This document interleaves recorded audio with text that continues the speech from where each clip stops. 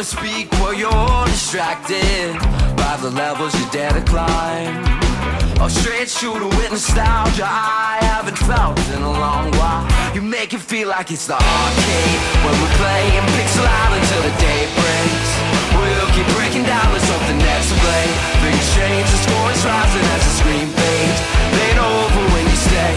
Now who's that saying they're the pinball wizard? He moves too slow with his grubby little fingers. Keep pressing buttons and see what gets triggered. I'll just smile and watch him reconsider again. Woo! Rat in a cage. My girlfriend should be making minimum wage. This is The Fight Guy. I'm your host, Guy. And we got a lot to get into today. Of course, I'm going to be breaking down UFC Vegas 104, Vettori versus Dolidze 2. I'm going to get into all of that. Couldn't have really asked for a better card on my birthday. It turned out way better than I thought it was going to be. I think a lot of the community has to say the same thing as me about that. But before we get into that, there's a few things that I need to clear up. There's a lot of fog in the air around the UFC MMA community about what should happen next between two champions. And I'm going to get into that. First, O'Malley versus Merab 2. I'm going to give you 3 reasons why this is a turd fight rematch that should not be happening next, but we're probably going to get it anyways. And then the Ilia Islam insanity.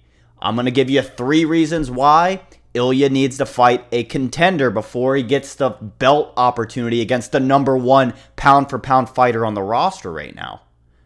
And then I'll break down Vegas 104 briefly, as fast as I can. I have a lot to get into. I want to make it short and watchable for everybody. So we're going to get right into the first topic, and that is Sean O'Malley versus Merab Dvalishvili 2. Apparently, it's in the works. Now, I don't really trust this Kevin guy on Twitter. I know a lot of you guys that watch the UFC are probably on Twitter. It's the best way to get MMA UFC news. All right. But I digress. All right. That guy puts some decent tweets out every now and then, but I don't know if this is confirmed. So he's tweeting like he works for the UFC and it's confirmed. It may very well be official and I just don't know. But until I see it from the UFC or hear it from Dana White, I'm not going to take it seriously. I've learned my lesson previously. So this fight, the first reason this fight should not be happening is the first fight was not as close as the scorecards said it was. All right, I know one judge had it correctly, 49-46 for Merab Dvalishvili, and I had Sean O'Malley winning that fight. I really wanted him to win, but I started to respect him less and less and less since he's lost that fight, and I'll tell you why. The other 2 judges had it 48-47 Merab, whatever. I don't think the fight was that close. I think Merab, nobody had any questions about a robbery or, if Merab should have really won that fight. He dominated Sean O'Malley, and he took the belt. No questions asked. He didn't submit him. He didn't finish him. He didn't knock him out. I get it. I'm not saying that this rematch should not ever happen. I'm saying it should not be happening right now, and I'm right about that. The second reason is Sean O'Malley has been running from Corey Sandhagen for years now. Okay? When Corey Sandhagen beat Chito Vera in San Antonio in 23, I believe March of 23, 24, whatever it was, he should have been in line next for a title shot. Sean O'Malley's first title defense should have been against Corey Sandhagen.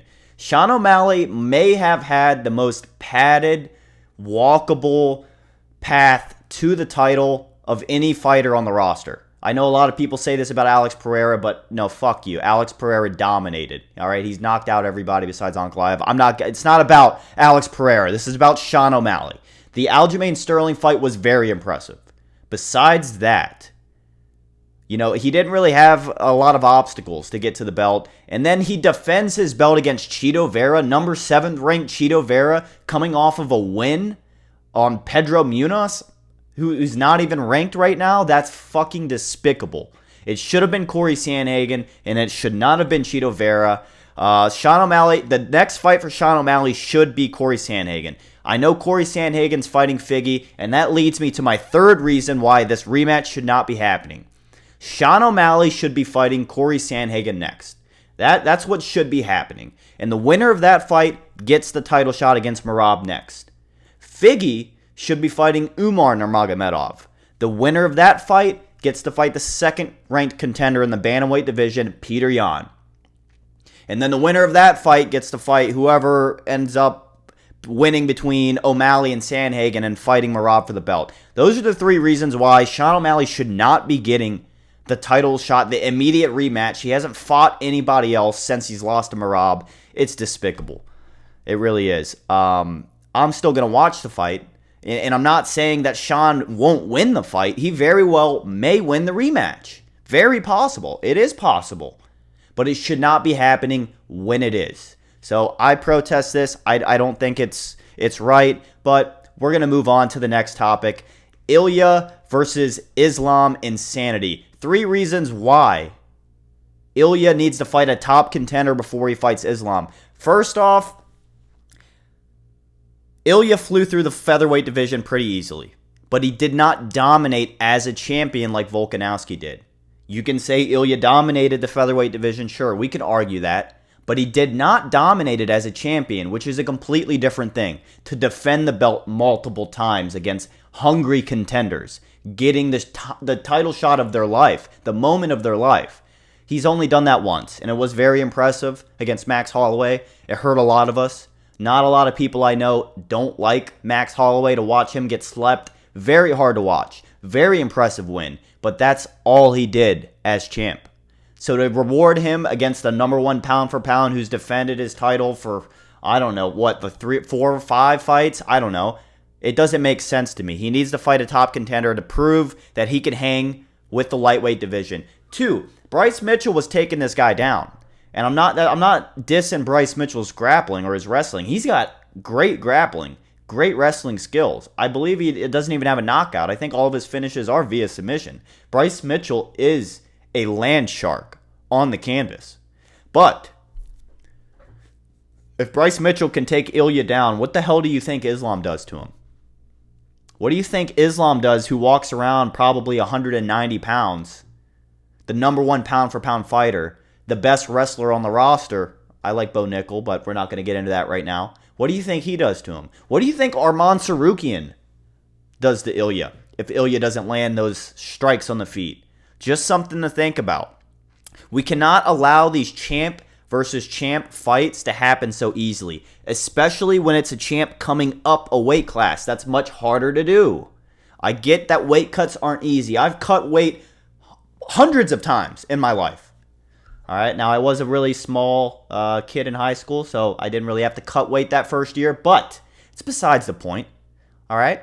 I get that weight cuts are hard. I get that it's difficult to drop down a weight class. Yes, but we cannot just be handing out champions opportunities to go up and fight a champion in the next weight class up. Like Dricus, for example. He's earning it. If Dricus beats Khamzat Chimaev, there's not really a lot of questions on if he should be able to go up and fight Alex Pereira. I know Pereira needs to go back and win the belt, but that fight's been in talks. Those guys don't like each other. At least Pereira really doesn't like Dricus. So the fight would still sell even if Pereira wasn't champion. But we cannot allow this to be the norm. We can't allow, encourage champions to win a belt, defend it once, defend it twice, and then go up and fight the number 1 pound for pound. It makes no sense. Ilia Topuria needs to fight at least one top contender in the lightweight division to prove to us that he can hang with that weight class and he can fight off the grapplers in that weight class. All right? This guy gets taken down by Bryce Mitchell, all right? And then he goes up and we try to hype the Islam-Ilia fight, and then he just gets submitted and taken down in the first or second round. You're going to feel really stupid. You're going to go back and watch this video like, God damn, the fight guy was right about that one. So please don't be that guy. Don't be that guy. This fight does not need to happen next. But those are the 3 reasons why Ilia needs to go fight a top contender before he even thinks about Islam. I'm done entertaining this. He needs to go fight a top contender. Please. We can't let 3 title defenses from Islam be against the damn featherweight. What are we doing? Sorry, I'm a little bit heated about that. Let's get into UFC Vegas 104. It was a fantastic card. It was my birthday Saturday, so I watched about half of the card. I took a nap. I had a lot of things to do, so I had to rewatch it yesterday. Like I said, I wanted to take my time so I could put out a good video for you guys. And I'm going to fly through this. I'm basically going to hit on all of the finishes. Boy, I was pretty wrong about a lot of these fights. However, my 3 locks, the only ones that I thought was going to win. If I were to bet, I was only going to bet on these 3 fights. All 3 of them pulled through. And I'll get into that momentarily. Man, the chick fights on this card made me eat my words. First things first, and I was going to save this for the end of the video, but I'll just reveal it now. The very first fight ending in a head kick. Eunice Dubin versus Carly Judice. I had Dubin winning this fight. Yeah, she's definitely going to take a lot of notes from this fight. She left a lot of openings on her feet. I like the way that she was charging in. She makes women's MMA watchable. She makes it exciting. Both these girls do. They really went at it like 2 rats in a cage. Dubin, she was pressuring forward. She was eating some shots every time she did that. I think that she understood it was part of the game plan. I think she was at a reach disadvantage, so she knew that she would have to kind of bulldoze in there, do a little Dricus du Plessis action to land some shots. She was on the wrong side of the sword for this one. Not much to break down. This ended pretty early. A Carly Judice head kick to end the very first fight to set the tone for this fantastic fight night, and that is why I'm going to go ahead and show you guys the bingo card reveal.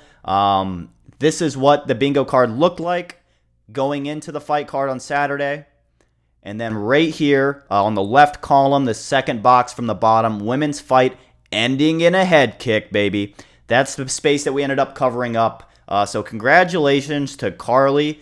This bingo card's starting to fill out pretty quick. It's making me nervous.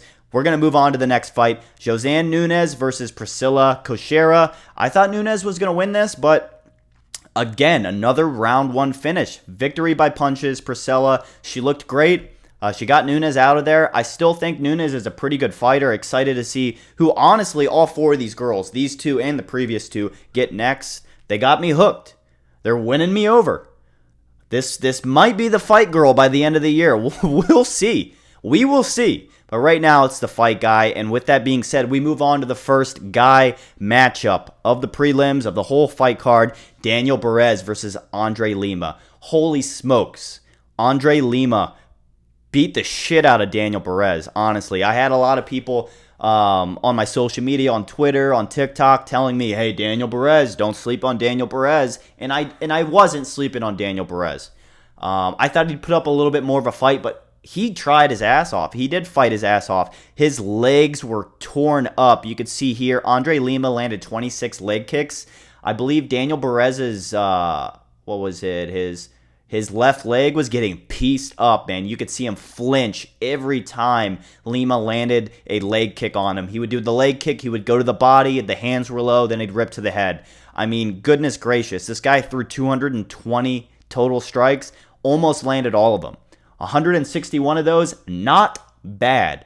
Andre Lima beat the shit out of him on the feet, beat the shit out of his legs, went to the body, went to the head. Then he went to the ground in a 3rd round and got an easy rear naked choke submission. Andre Lima is a dog. This is somebody who I'm going to go ahead and give my stamp of approval. He's immune from fraud checks. No matter who he fights next, even if he loses or he gets finished in an unforeseeable fashion, Andre Lima is now safe. He's marked safe from fraud checks from this point moving forward. And speaking of fraud checks, we had one of those on this card. It's not this next fight. It's the fight after. The Stephanie Luciano versus Sam Hughes. I thought Stephanie was going to win this fight. Sam Hughes won. I didn't find this one particularly interesting, but good win, Sam Hughes. It was just kind of a regular women's MMA fight. Can't really compare it to the first 2 on the card. They're different species. Moving on to the next one. Carlos Vera versus Josias Musasa. We almost had a different space fill on the bingo card. I probably still was going to do the head kick one because you don't see that a lot in women's MMA. But Carlos Vera was only a plus 450. On the bingo card, I have a plus 500 or greater underdog winning. Carlos Vera, what can I say? He made me eat my words for sure. Josias Musasa was fraud checked. I had an inkling that this guy, I told you he wasn't going to be anything too special, and I was right about that. Musasa, I didn't think he looked that good. The commentators were kind of glazing him. Bisping was glazing him on the live commentary. I didn't think he looked that good. He got outstruck on the feet by Carlos Vera. And I didn't know this going into my prediction video, but Carlos Vera was dealing with some pretty serious injuries in his last fight. And that last fight is pretty much That's exactly why I went against him. He looked very one-dimensional. He was just trying to grapple the entire time, and he got the shit beat out of him. Carlos Vera made me eat my words, so this is a public apology. Carlos, I am sorry for doubting you, brother. I thought you were a one-dimensional grappler, and boy, you proved me wrong. You landed some dirty spinning kicks, some just crazy strikes all around. That right hand was landing. Like I said, a couple spinning kicks. It was very impressive. Josias tripped a couple times. I can't remember if Carlos took him down or if he kind of just fell. But Carlos getting the victory by rear naked choke. Nobody saw this one coming. I really wonder what the odds were on that one. It was a plus 450 just for him to win. So amazing fight. Carlos Vera made me eat my words like the first two women on this card. Very impressive. Very entertaining card thus far. Next fight, Soo-Young Yoo versus AJ Cunningham. This one was tough to watch. AJ got the shit beat out of him for 3 rounds. You could see here he only landed 19 total strikes to use 77. You even had almost 8 minutes of control time. I thought that was going to be the other way around. I really did.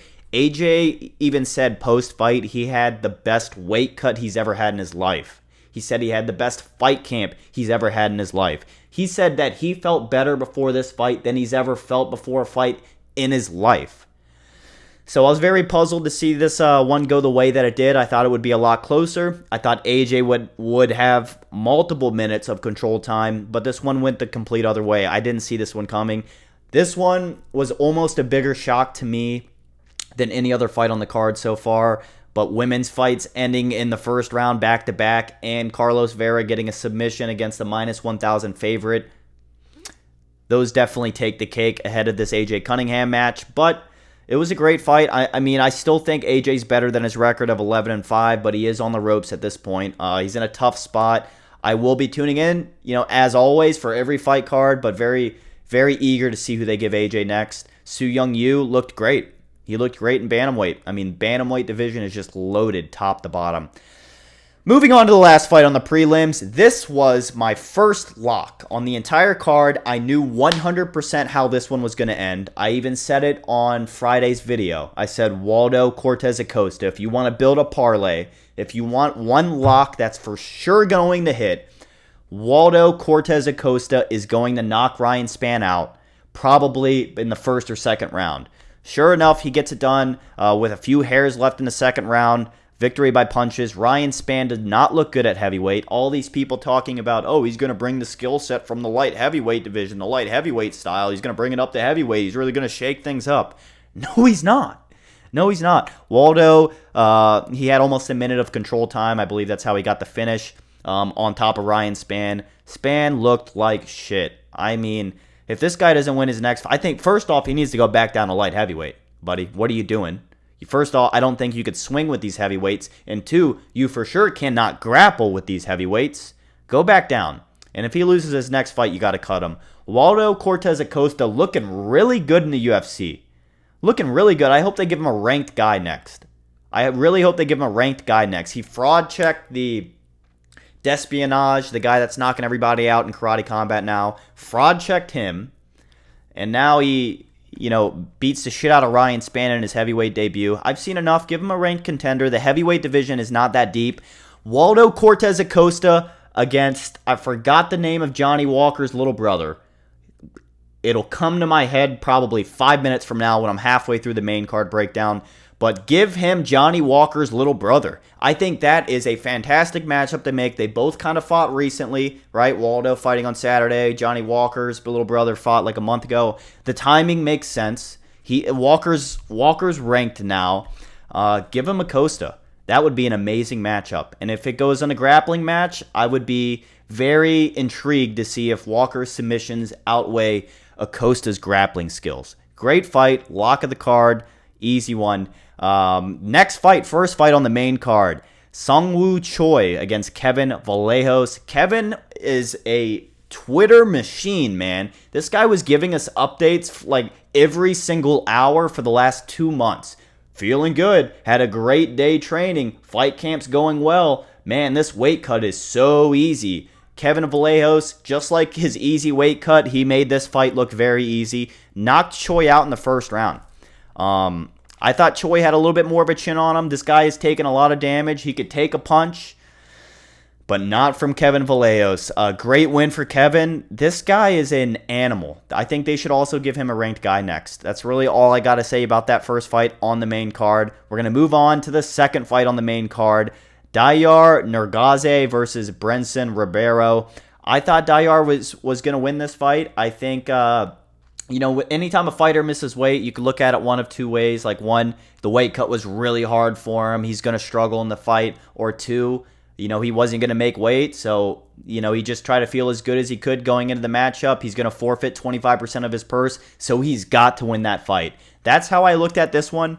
I thought Dayar, missing weight by 5 fucking pounds would have a sense of urgency against Brenson Ribeiro. I did like Brenson going into this, but I did go with Dayar just because of the weight miss.